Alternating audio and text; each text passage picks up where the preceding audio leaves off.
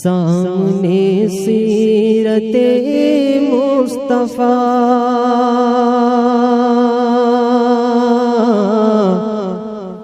درس ہے رہبری کے لیے،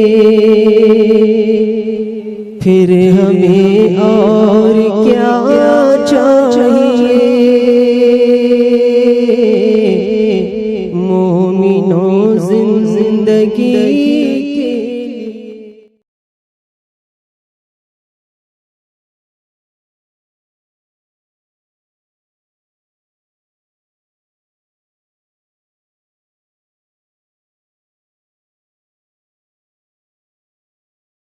الحمدللہ رب العالمین والصلاة والسلام علی حبیبہ الکریم، اما بعد۔ الصلاة والسلام علیک یا سیدی یا رسول اللہ صلی اللہ تعالی علیہ وعلی آلہ واصحابہ وبارک وسلم۔ کل کے درس میں ہم نے سلام کرنے کے سنن اور آداب بتائے تھے۔ آج معانقہ اور مسافر کے تعلق سے کچھ روایات، کچھ احادیث پیش کرنے کی کوشش کریں گے۔ معانقہ کہتے ہیں گلے ملنا، اور ہمارے یہاں پر یہ رواج ہے کہ عید کے دن گلے ملتے ہیں، اور بھی خوشی کے مواقع پر گلے مل کے ایک دوسرے سے مبارکبادی بھی دیتے ہیں اور ہاتھ ملاتے ہیں، مصافحہ کرتے ہیں۔ تو اس کے تعلق سے کچھ احادیث پیش کر رہا ہوں۔ اللہ تبارک و تعالی مجھے حق کہنے اور آپ کو حق سننے اور ہم سب کو اس پر عمل کرنے کی توفیق عطا فرمائے۔ جب دو اسلامی بھائی، جب دو مسلمان آپس میں ملیں تو پہلے سلام کریں، پھر دونوں ہاتھ ملائیں، یہ سنت ہے۔ اور صحابہ کرام رضوان اللہ تعالی علیہ اجمعین وقت ملاقات ایسا ہی کیا کرتے تھے۔ حضرت ابو الخطاب رضی اللہ تعالی عنہ سے مروی ہے،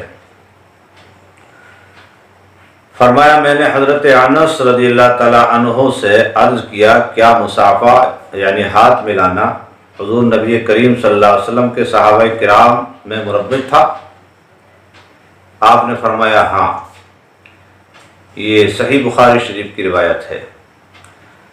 کہتے ہیں کہ صحابہ کرام رضوان اللہ علیہ اجمعین آپس میں ہاتھ ملاتے تھے، مصافحہ کرتے تھے۔ سب سے پہلے یمنی اسلامی بھائیوں نے سرکار پروقار صلی اللہ علیہ وسلم سے مصافحہ کرنے، ہاتھ ملانے کا شرف حاصل کیا۔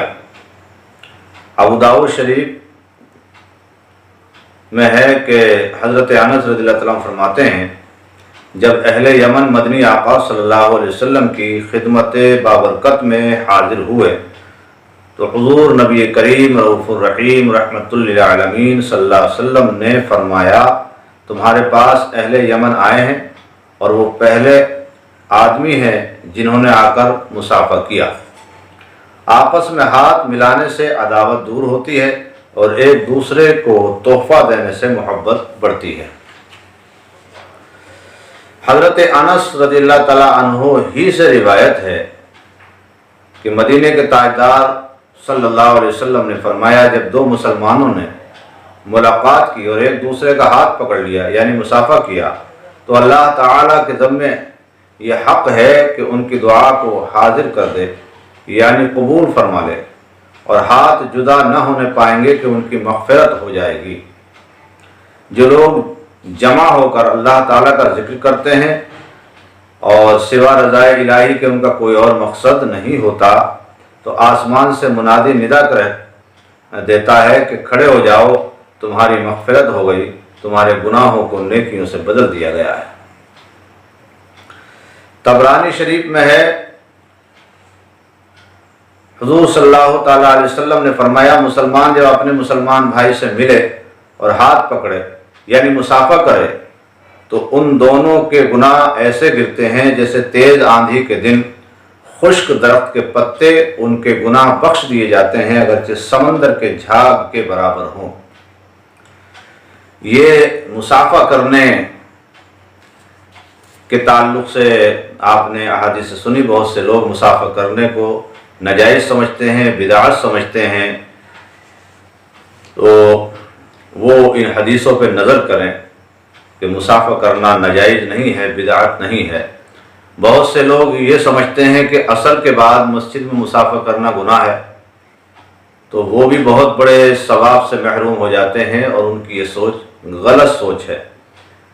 وہ بہت سے لوگ عصر کے بعد مصافحہ کرتے ہیں یا فجر کے بعد، عام طور سے مصافحے کا رواج ہے، تو وہ اس کو غلط سمجھتے ہیں۔ بات یہ ہے کہ احادیث میں مصافحے کے تعلق سے جو ذکر آیا ہے اس میں یہ کہیں نہیں ہے کہ عصر کے بعد مصافحہ نہ کریں یا فجر کے بعد نہ کریں یا فلاں وقت کریں فلاں وقت نہ کریں، ایسا نہیں ہے۔ جب بھی مصافحہ کریں گے، جب بھی سلام کریں گے، آپ کو ثواب ملے گا۔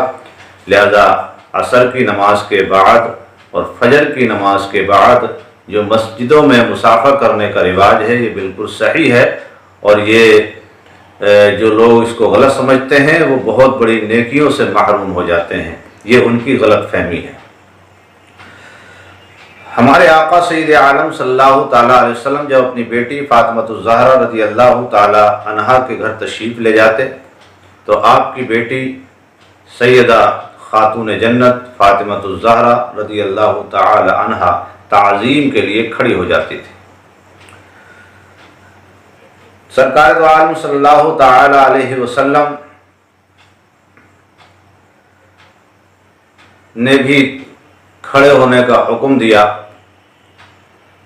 چنانچہ حضرت ابو سعید خدری رضی اللہ تعالیٰ عنہ سے روایت ہے، جب بنی قریظہ اپنے قلعے سے حضرت سعد بن معاذ رضی اللہ تعالیٰ عنہ کے حکم پر اترے، سرکار مدینہ صلی اللہ علیہ وسلم نے حضرت سعد کو بلانے کے لیے آدمی بھیجا، اور وہ وہاں سے قریب میں تھے۔ جب وہ مسجد کے قریب آ گئے تو حضور سید عالم صلی اللہ علیہ وسلم نے انصار سے فرمایا اپنے سردار کے پاس اٹھ کر جاؤ۔ اللہ کے نیک بندوں کی تعظیم توقیر کرنا، ان کی آمد پر کھڑے ہو جانا کار ثواب ہے، اور یہی عمل سیدنا امام اعظم ابو حنیفہ رضی اللہ تعالیٰ عنہ کا تھا کہ وہ نیک لوگوں کی تعظیم کے لیے کھڑے ہو جاتے تھے۔ گلے ملنے کے تعلق سے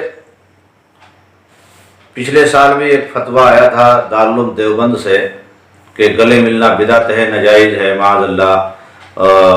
ایسے فتوے آتے رہتے ہیں، عید کے موقع پر گلے ملنے کو ناجائز قرار دیتے ہیں۔ تو اس پر میں آپ کو بتاؤں، ترمذی شریف کی حدیث ہے، حضرت عائشہ صدیقہ رضی اللہ تعالیٰ عنہا سے مروی ہے، فرمایا زید بن حارث رضی اللہ تعالیٰ عنہ مدینے آئے، حضور نبی کریم صلی اللہ علیہ وسلم میرے گھر میں تھے۔ زید رضی اللہ تعالیٰ عنہ وہاں آئے اور دروازہ کھٹکھٹایا۔ حضور صلی اللہ علیہ وسلم اٹھ کر کپڑا کھینچتے ہوئے ان کی طرف تشریف لے گئے اور ان سے معانقہ کیا، ان کو بوسہ دیا، یعنی گلے ملے۔ اور حضرت سرکار دو عالم صلی اللہ علیہ وسلم نے حضرت ابو ذر غفاری رضی اللہ تعالیٰ عنہ کو طلب فرمایا۔ جب وہ حاضر ہوئے تو سرکار دو عالم صلی اللہ علیہ وسلم نے فرط شفقت سے حضرت ابو ذر کو گلے لگایا۔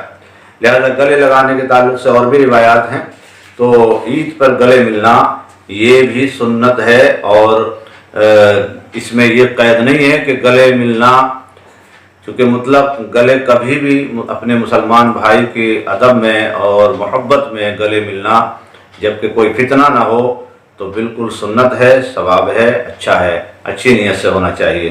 اس میں یہ قید نہیں ہے کہ عید کے دن نہیں مل سکتے اور دن مل سکتے ہیں۔ عید کے دن تو خوشی کا دن ہوتا ہے، وہ تو اور بھی محبت لٹانے کا دن ہے۔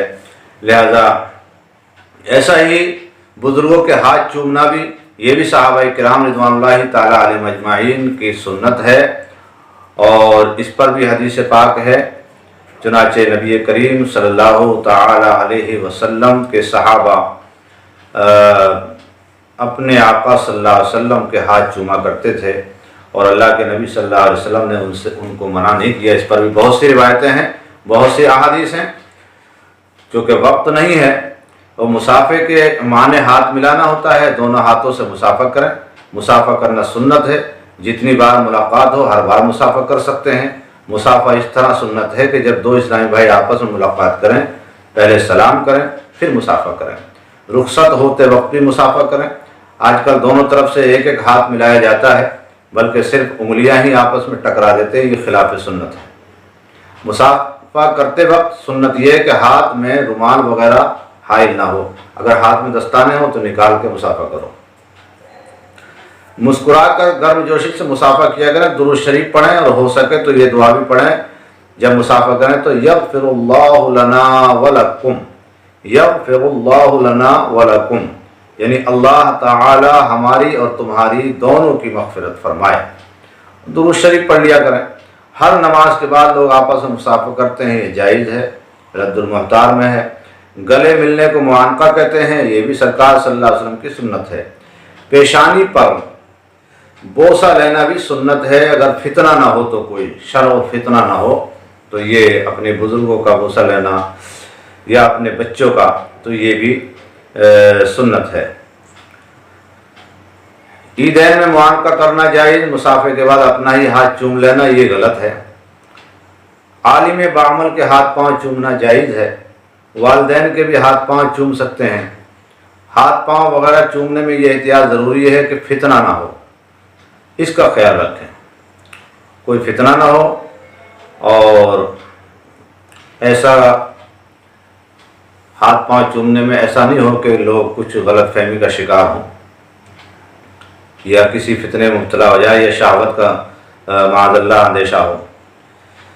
اچھا، عالم دین یا کسی بزرگ کے آگے زمین ادب چومنا یہ بھی حرام ہے، ناجائز ہے۔ قرآن کریم کو چومنا حضرت فاروق اعظم حضرت عثمان غنی رضی اللہ تعالیٰ عنہ کی سنت ہے۔ حضرت عثمان غنی قرآن پاک کو چوم کر چہرے پر مس کرتے تھے۔ لہذا اپنے بزرگوں کے لیے کھڑے ہو جانا تعظیم کے لیے، کسی عالم دین یا نیک باعمل اسلامی بھائی کی آمد پر تعظیم میں کھڑے ہونا یہ بھی مستحب ہے۔ اللہ تبارک و تعالی ہمیں اس پر عمل کی توفیق عطا فرمائے۔ اسلامی بہنیں بھی ایک دوسرے سے ملاقات کے وقت ہاتھ ملا سکتی ہیں۔ اللہ تعالی ہمیں پیارے نبی آقا صلی اللہ تعالی وسلم کی سنتوں پہ عمل کرنے کی توفیق عطا فرمائے۔